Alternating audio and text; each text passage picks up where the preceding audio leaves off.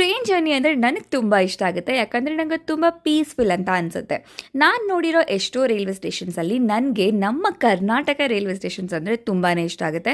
ಬನ್ನಿ ಇವತ್ತು ನಾನು ನಿಮಗೆ ನಮ್ಮ ಬೆಂಗಳೂರು ನಿಲ್ದಾಣ ಹೇಗಿದೆ ಅಂತ ತೋರಿಸ್ತೀನಿ. ಇಲ್ಲಿ ನಂಗೆ ಫಸ್ಟ್ ಇಷ್ಟ ಆಗೋದೇ ಇಲ್ಲಿನ ಕ್ಲೆನ್ಲಿನೆಸ್. ಎಲ್ಲೂ ತೀರಾ ಗಲೀಜು ಅಸಹ್ಯ ಅನ್ನೋ ಥರ ಇರೋದೇ ಇಲ್ಲ. ಇದು ಎಂಟ್ರೆನ್ಸು, ಯಾವ ಟ್ರೈನ್ ಎಲ್ಲಿ ಬರುತ್ತೆ ಹೇಗೆ ಅಂತ ಪ್ರತಿಯೊಂದು ಕೂಡ ಕನ್ನಡ, ಇಂಗ್ಲೀಷ್, ಹಿಂದಿ ಎಲ್ಲದರಲ್ಲೂ ಕೂಡ ಇರುತ್ತೆ. That is really good. ಹಾಗೆ ರೈಲ್ವೆ ಸ್ಟೇಷನಿಗೆ ಬಂದುಬಿಟ್ಟಿದ್ದೀವಿ, ನಮ್ಗೆ ಹೊಟ್ಟೆ ಹಸ್ವಾಗ್ತಿದೆ ಅಂದರೆ ರೆಸ್ಟೋರೆಂಟ್ ಕೂಡ ಇರುತ್ತೆ and food is quite decent also. Wait ಮಾಡೋದಕ್ಕೆ ಈ ಥರ ಪೇಯ್ಡ್ ವೇಟಿಂಗ್ ಲಾಂಜ್ ಇರುತ್ತೆ, ಅದ್ರದ್ದು ಪೇಯ್ಡ್ ಆಗಿರುತ್ತೆ, ದುಡ್ಡು ಕೊಡಬೇಕು. ವಯಸ್ಸಾದವ್ರಿಗೆ ಓಡಾಡೋದಕ್ಕೆ ಅಂತಲೇ ಲಿಫ್ಟು ಹಾಗೆ ಈ ರೀತಿ ಕಾರ್ ಫೆಸಿಲಿಟೀಸ್ ಕೂಡ ಅವೈಲೇಬಲ್ ಇರುತ್ತೆ. ಆ ಕಾರ್ಗೆ ಅರೌಂಡ್ 12 ರೂಪೀಸ್ ಏನೋ ತಗೋತಾರೆ. ವಾಟರ್ ಫೆಸಿಲಿಟಿ ಕೂಡ ತುಂಬ ಚೆನ್ನಾಗಿದೆ, ಕೈ ತೊಳೆಯೋದಕ್ಕಾಗಿರ್ಬೋದು. ಅಷ್ಟೇ ಅಲ್ಲ, RO ವಾಟರ್ ಕೂಡ ಅವೈಲೇಬಲ್ ಇದೆ.